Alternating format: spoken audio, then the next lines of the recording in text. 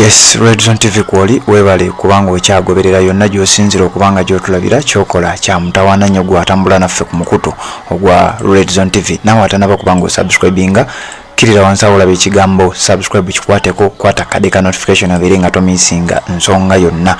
Omusajja oyo gulaba ku screen Mutembeeyi, oyo muntu wa bulijjo Mutembeeyi Hawker, wabula amawulire gatandise ku makya nga gatambula mpola bamukutte n'emmundu naye kigambibwa nti abadde atambula nayo. Ababadde beebuuza abantu ababeera n'emmundu mu kibuga n'ebitundu ebyenjawulo nga bantu ba bulijjo, kati nno owulire eggulire lino.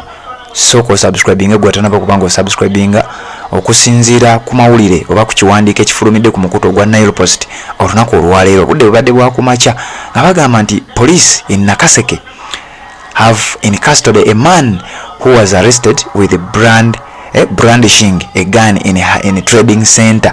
Abadde atambula n'eggaani ye oba n'emmundu ye mu bitundu ebya trading center ndoza mu katawuni saidi ze Nakaseke, naye ng'ono muntu wa bulijjo. Era ngenda kubanga nkuwa details obere ng'ozitegeera bulungi nnyo. Atanaba kubanga osubscribinga sooka okikole, kirira wansi awo olaba ekigambo subscribe kikwateko, kwata kade ka notification obere nga tomisinga nsonga yonna. Nze nkulage omusajja oyo muntu wa bulijjo bamusanze n'emmundu ng'atambula nayo bukkolokolo. Naye kino kigenza okujja, jjukira mu Uganda abantu bangi bazze babeera n'emmundu era obadde ng'obiwulira obadde ng'obiraba. Abantu bangi badde bakomplaininga ku nsonga eno, wabula poliisi emaze okubanga ekwata ono. Kakati okusinziira ku kiwandiiko kino kyenkugambye nga bagamba the suspect in detention is identified as Yusuf Akram, a bag vendor at Mukwana Arcade in Kampala and a resident of Rubaga Road. Kati no wano waliwo ebitakwatagana byenjagala owulirize oba ebiyinza okuleetera ebibuuzo ebingi. Omusajja ono gwe bakutte bamuyita Yusuf Akram, ono musuubuzi naye ng'era ebintu bye abitambuliza mu nsawo. Asuubula biki? Wuliriza nga bw'ogoberera. Atanaba kubanga osubscribinga kikole tubeere nga tutambula ffenna. Kitegeeza Mutembeeyi, bano abatembeeyi akwata ebintu n'atambula mu kibuga, naye bakugambye baaga venda akolera ku Mukwana Arcade, asula ku Lubaga Road. Awo kitegedde abamanyi ekibuga Kampala, akolera ku Mukwana Arcade, asula ku Lubaga Road. Wano bataddewo Hawker, kitegeeza Mutembeeyi Hawker asula ku Lubaga Road, akolera ku Mukwana Arcade. Bamusanze n'emmundu ng'agiyina bukkolokolo. Red Zone TV kwoli webale kubanga okyagoberera, tukyagenda amaaso n'okubanga tukuwa bino okusinziira ku kiwandiiko kino kyenkugamba. Kigamba nti according to police the arrest followed a tip off from a vigilant local resident. Ono okumukwata naye nowulidde asula ku Lubaga Road, bamukwatidde Nakaseke. Yabadde agenze kukola ki mu district ya Nakaseke gye bamusanze Yusuf Akram, kyokka ng'asula ku Lubaga Road. Naye kigambibwa nti okusinziira ku mutuuze omu ndowooza yatemezzaako abasaggya abapoliisi ne baba nga batandika okubeera nga bamulondoola. He said that the police responded immediately and arrested the man with his gun number.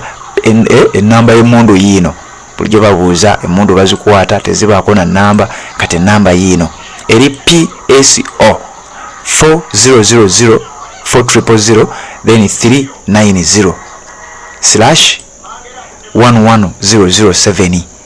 eno ng'ayina magazini 3.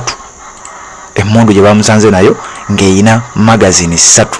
Ono gwe gambye bamuyita Yusuf Akram, naye nga kigambibwa nti abadde Mutembeeyi venda, Mutembeeyi Hawker, naye ng'atembeeya oba atembeeya nsawo, akolera ku Mukwana Arcade, asula ku Lubaga Road. Bamusanze n'emmundu, bamusanze Nakaseke. Emmundu gannamba bagitaddewo, bamusanze ne magazini 3 naye n'ekika ky'emmundu bakitaddewo. Reports indicate that they got the gun on June 25th from a one Joel who is his workmate at Mukwana Arcade in Kampala, but police is yet to establish why it was given to him. kati nowulira kyokusinziira ku reports ez'enjawulo nga balaga nti ono bamusanze ku Mukwanaakeddi era bamusanze Nakaseke era bwe bamukutte yategeezezza nti emmundu eno yagifuna olwaleero ziri 29 emmundu yagifuna nga 25 omwezi guno gwennyini ogw'omukaaga ng'agijja ku mukwano gwe bamuyita Jowero era Jowero akola naye ku Mukwanaakeddi. Okitegedde kitegeeza bombi either basuubuzi oba batembeeyi ekimu ku byo kuba wano ndabawo hooka ate ndabawo venda kati ekituufu ojja kwongera nawe okubeera nga okinoonyereza naye bamukutte n'emmundu ng'ayina magazini 3 emmundu yagifuna nga 25 okuva ku mukwano gwe Jowero bakola naye era nga bakolera bombi ku Mukwanaakeddi era nga poliisi eri mu kunoonyereza okulaba lwaki yamuwa emmundu eno era ndowooza ye yaani. Twine Mazima said that the suspect will be transferred to Kampala for further investigations. Wano ndowooza yakulira poliisi e Nakaseke yategeeza nti bagenda mutwala e Kampala kati wenjogerera ateekwa okubanga oba alabika yamaze dde okuba nga aleetebwa e Kampala abeere nga avunaanibwa. The police has applauded the vigilance of Fiona Nakitende, who tipped off her nearest police station, hence encouraging other members of the public to learn from her action. Omusajja ono wuuno kugambye bamuyita Yusuf Akram.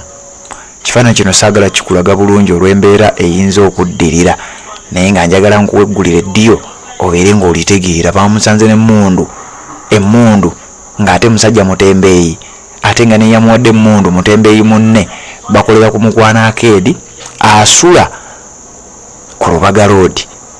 Abamanyi Lubaga Road lyekkubo eriviira ddala eri waggulu erubaga either liva eri Lubaga ku kyaki oba ekkubo liva eno abamanyi ekabuusu ekkubo eryo ne liyita ku Ngalabi osobola okuyitira ku Centenary Bank nojja ne liyita ku kyaki y'erubaga awo wali Centenary Bank nojja ne liyita ku Ngalabi awo enkulungo ya Kabaka ne likkirira paka eno wansi ewa Bakuli ewaali supermarket eyaliko ekigambo zingizingi awo nga we baazimbawo ku Namirembe Road awo ng'oyingira Kampala. Eryo ekkubo lyemmanyi nga Lubaga Road kakitegeeza ku eryo ekkubo somewhere gy'asula naye akolera ku Mukwanaakeddi. Mukwanaakeddi kyekyo ekizimbe eryo ekkubo eriva ku Nabugabo nga ligenda paka ku Container Village ekizimbe kya Hamu mwe kitunudde bwemba ng'endagiriro gye mmanyi yekyali eyo oba nga yeeyo entuufu kitegeeza awo mweyo eriyo oba ku eryo ekkubo kwakolera naye ng'asula ku Lubaga Road. Bamusanze n'emmundu ayina magazini 3 mutembeeyi ate neyagimuwa naye mukozi bakola naye. Webale kubanga okyagoberera omukutu ogwa Horizon TV tuwuliziganye mu updates eziddako.